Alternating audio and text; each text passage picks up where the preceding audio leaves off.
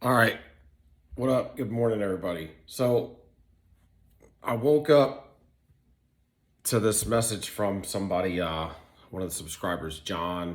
So I told him I'd do a podcast on this, but uh, you sound like you really want your uh, narcissist girl back, but that's not a good idea.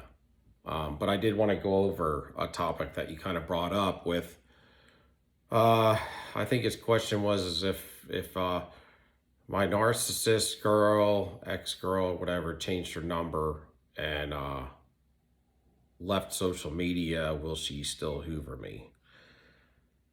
Uh, it sounds to me like you're chasing her so much that she changed her information because you've been bothering her so much. So, in that case, absolutely not. They're probably annoyed, and they definitely have the upper hand on you. They're not gonna ever want you back like that. But I don't want you to go back to them. But that's the truth of it. The truth of it is when you love them, they hate you. When you hate them, they love you. When you ghost them, they gotta come find you because they can't handle it.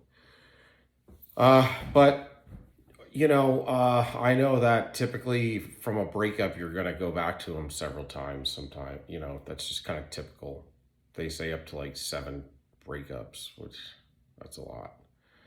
Uh, but what I would say is you really need to stay away from them. But what kind of leads to a lot of this is in these types of relationships, and that's what I wanted to talk on, is the narcissist and the empath are so they really like certain people with certain wounds that they're kind of uh, two things they're attracted to when you're wondering, well, why does the narcissist come to me, or why they keep coming to me? Well, one of it is you have some kind of wounds that are kind of unhealed from childhood. It could be unbeknownst to you, but they see it.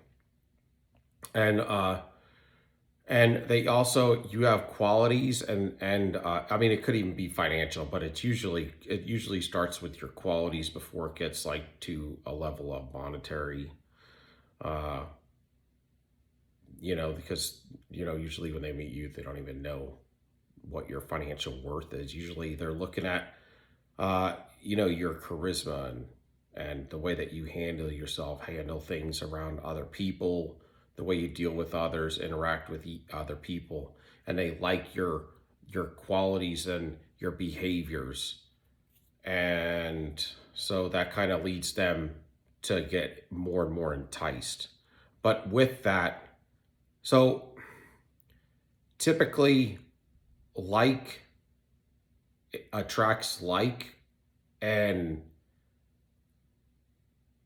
they also, but in the case of the situation with the empath and the narcissist, it's not like attracts like. I mean, that's why they will get with narcissists sometimes. And usually, generally speaking, I would say when they don't have some sort of a high value empath that's unawoke, they will be with usually people that are garbage. And so, but when they get a person like you, I always say they kind of pinch themselves. They're kind of lucky to get something like that, and they don't really want to let it go. Sorry, I'm wearing a hat because I woke up just to do this real quick because I work night shift.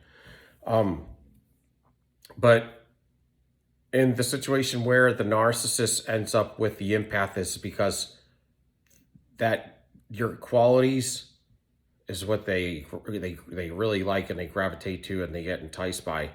But also, in this case, it's your childhood wound and their childhood wound are very similar. You share the same childhood wounds. And typically what happens is, so that's the case. And typically, uh, you're from separate families. You could be thousands of miles apart when you grew up as children. But again, just like narcissists run on tracks, like their parents did your parents and your caregivers or whatever, the tracks were the same. So when they were growing up, and the damage the trauma that they received in childhood was very similar to the same as what you received in childhood. And that's the thing. And that's why I always speak on this. At the longer and the more that you get into this topic, and the psychologists and psychotherapists will say, well, it's the trauma that caused them to be narcissists. So you have the same wound. This is textbook now. It's just they never put these two together. It's almost like they compartmentalize. So the narcissist chose the evil route, but they had the same trauma you did, because that's why they're coming to you, because that's where the like attracts like, and you may not be aware so much of you haven't dealt with the childhood wound yet, maybe. And usually narcissist comes to wake you up to dealing with it. In my case, and a lot of other cases, that is the reason.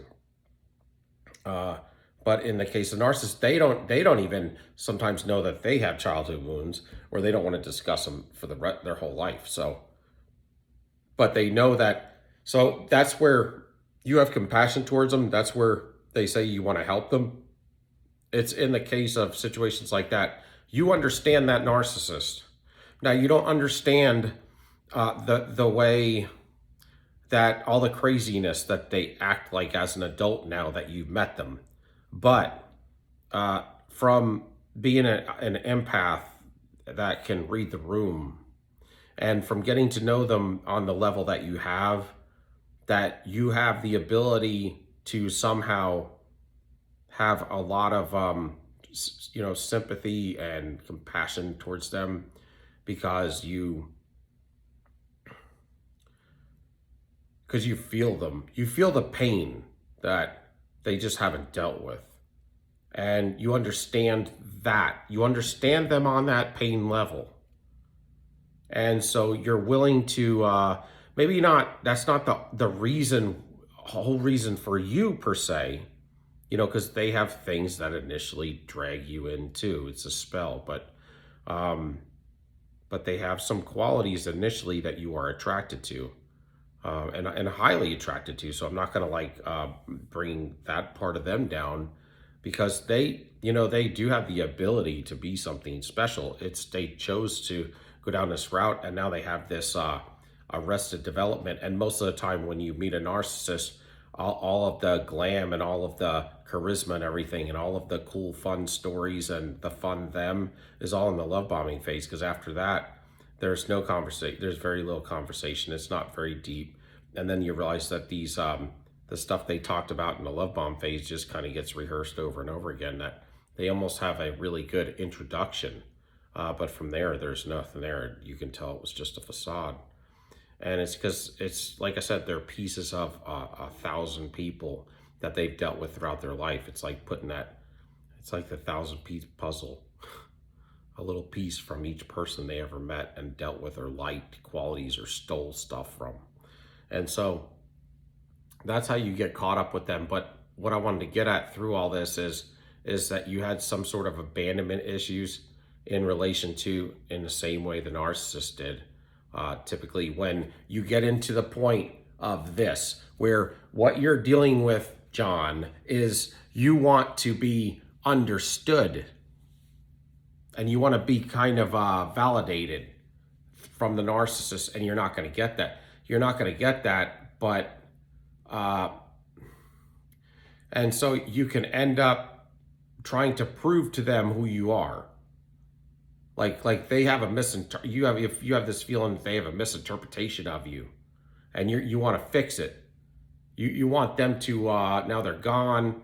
They were breadcrumbing you for a while before they left, and you just kept chasing them. And that's where we talk about getting on the hamster wheel.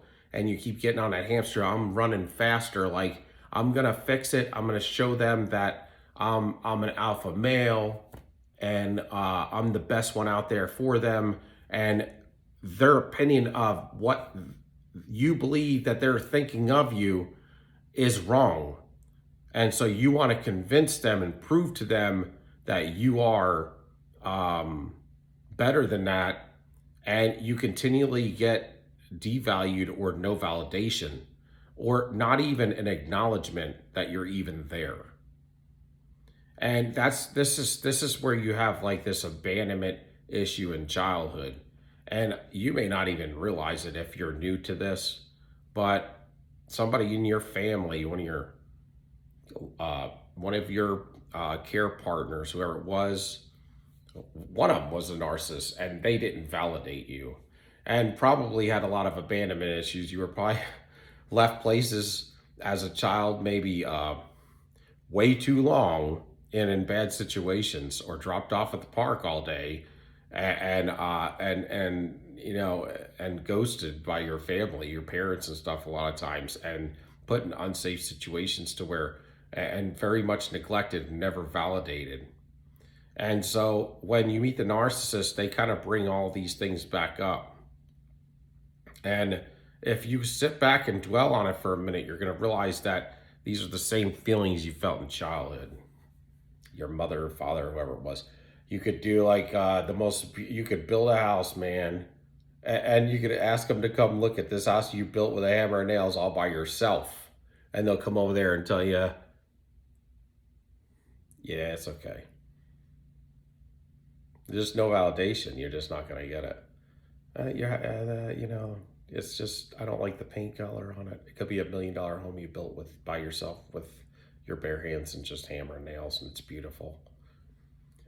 It's never going to happen. And so what you're doing is you're continually trying to prove to them. You're calling them like crazy. Probably you did. I don't know. You're probably doing pop-ups on them. You've probably been, then when they block you, you probably were emailing them. I don't know. But then, they get another love partner, and then you're getting in the way of that, and you're continually, then they get you in complete ego is what you're in, if that's the case too. So, you could have even felt like you were in a confident position before you met the narcissist, and now you feel like you've regressed all the way to a high form of codependency to where you can't live without the narcissist now. And I tell you, a lot of times that's what the narcissist does. If you have some unhealed wounds, but you kind of, covered them up, so to speak, or pushed them under the carpet, and you kind of got on with life, and maybe you haven't even realized, where it was coming from, these childhood injuries, but you kind of got on with life. You became independent. You could become very successful, and then the narcissist comes back into your life, from, after maybe you had somebody, some new trauma in your life that kind of sparked up, that brought your vibration back down. They always say, your vibration usually gets knocked down, but maybe you could be vulnerable when the narcissist comes back into your life, because it starts to put chinks in your armor, in your aura. And the narcissist in the spirit realm sees all of this, and then your childhood wounds are easier to be seen, and you're acting different. You're acting more down. And so when you're acting more down and stuff, they don't want somebody completely down, but, you could still have a lot to give, but your vibration could be a little low, and you're just susceptible to a parasite or a predator. How about that? But, you have a lot to give, and they know if they want to get in, this is the time to get in, so they come when you're vulnerable. And maybe you had maybe one of your close family members had passed away recently, and then narcissist comes in your life, and it's sometimes because, you were, you got on a narc energy to some degree. It pulled your vibration down, and you probably would have built it back up, but you didn't get there in time. The narcissist came along, and they scooped you up, and then when you're with the narcissist, they start to bring you back. I always say that they will regress you back into the state of wearing Pampers and sucking your thumb if you let them. They want you so codependent, and they will do this over time. You'll be on anxiety and depression meds before you know it. You'll gain 100 pounds. You won't have, you won't be motivated to do anything, because you won't have any faith and hope anymore. And, your love will start to turn to bitterness, because you don't get no results with the narcissist. Day after day, you could try, and you ain't getting no results. That's why I say, you don't really need them. You don't need them. You're successful without them there's a couple of good things that comes with this though, is the narcissist will wake you up to your childhood injury so that you can now sit back and dwell on these things and deal with it and put this stuff away. When you put it away, it'll end your depression and your anxiety. It'll help you to get your life really on track. It'll bring that independence and clear out any underlying issues of codependence that were brought back into your life as your vibration had gone down. In the future, unfortunately, if you have another injury like that happen again, it may pull your vibration down for a short time, but you're aware of vibration and energy. You're aware of the narcissist, and you're also have dealt with codependency and put it away instead of just covering it up, and this depression, anxiety. So they have a way of flaring and in what do you call it in the body? Inflammation. So they can inflame any childhood stuff, any childhood wounds that you haven't dealt with, and you have kind of grown past. Maybe you have become successful and you have covered it up with maybe distracting yourself. The narcissist distracts themselves from a lot of their injuries, and so does the empath. So maybe you were drinking a lot to cover it up sometimes, or maybe you would be into sports a lot so you can cover it up, or playing video games when you'd get in those areas where the depression pops up because you have unhealed wounds from childhood. But and then they also wake you up to narcissism so that you can become all powerful in knowing what you're dealing with. And I'm telling you, you're dealing with entities, negative, dark, demonic entities, and these people that have attached themselves to these people. And these people, so their childhood wounds will never be dealt with because they are in arrested development. And so what I wanted to say to all this is the narcissist, in some respects, it's good they came to you because it will make you stronger in the end. You'll become, if you use this situation, you can use this as a growth situation and a way to educate yourself on your past, because a lot of times we don't know our past like the normies do.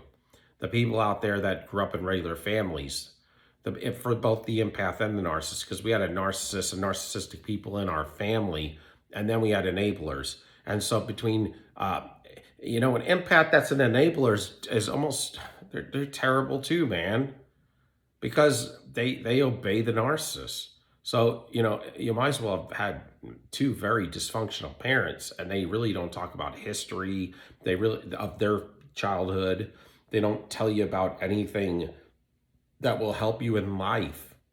They're too focused on dealing with distracting themselves from their injuries and maybe using and abusing you, whether they know it or not. And so, but this, if you're an empath and you really are a good individual, then you will have the ability, if you, with all the resources online and everything, you can wake up to what happened in your past and how to deal with it, so you can heal from it and glow up and become better than ever. But you don't need the narcissist. They're a curse, a generational curse, and you're dealing with a generational curse because it says in the word that it goes down from the first, second, third, and fourth generation. And a lot of times people stay under that curse and continue that curse. But some people wake up. There's many different curses, but in the case of your family and my family, this is our generational curse. Meaning, a generational curse is, somebody asked this in the comments the other day. It was on TikTok though, but it was, a generational curse is you didn't do anything bad, but you have to pay for it because in your genetics and genealogy, somebody within the last 4 generations of your genealogy, your bloodline that's related to you, has opened doors and allowed these things in. And so unfortunately, you didn't do anything, but you have to pay the price as well. And that's why you want to be careful of what doors that you open that are evil, and things that you do to others around you and that you do yourself, because it affects your children all the way down to the fourth generation. And a lot of times they don't even know why. And that's why it's a curse too. It's because a lot of times a lot of people don't wake up to the curses that are upon their generations. But anyway, that's all. I'm going to send this out for you, John, and I hope that, you can stay away and, get to a point to where you understand that if you want the narcissist, you're under the trauma bond. It's all, a lot of times, an addiction. You may have loved them, but they didn't love you because they can't love. They are transactional, and they don't, normal relationships are reciprocating, and they back each other up. They love each other. They cheerlead each other. They don't hold one another back, but they push one another to be the best and to help them to follow their dreams and their goals in life and to get there. And they don't sabotage them like the narcissist will. They don't hold you down like the narcissist will. They don't commit crimes on you like the narcissist does. But the narcissist is a sick individual, and they have arrested development. They cannot love. And when you cannot love, you cannot really understand humanity at all. And that's why they're so confused. And they're kind of like the track star, The narcissist is like that rap song or that R&B song where it's about, she's a runner, she's a track star. I mean, they're running from relationship to relationship to make sure they can get the next best thing, and so that they'll never be abandoned again. And, in that, behind them, they leave a pathway of destruction to anybody they've known. And they're always running from themselves. They can't sleep. They can't form any healthy relationship. They can't even think about what anybody else is doing except what they're dealing with, because they're running even in their mind. And so I hope this helps you and, whoever out there. Till next time, soldier up. Peace, we out.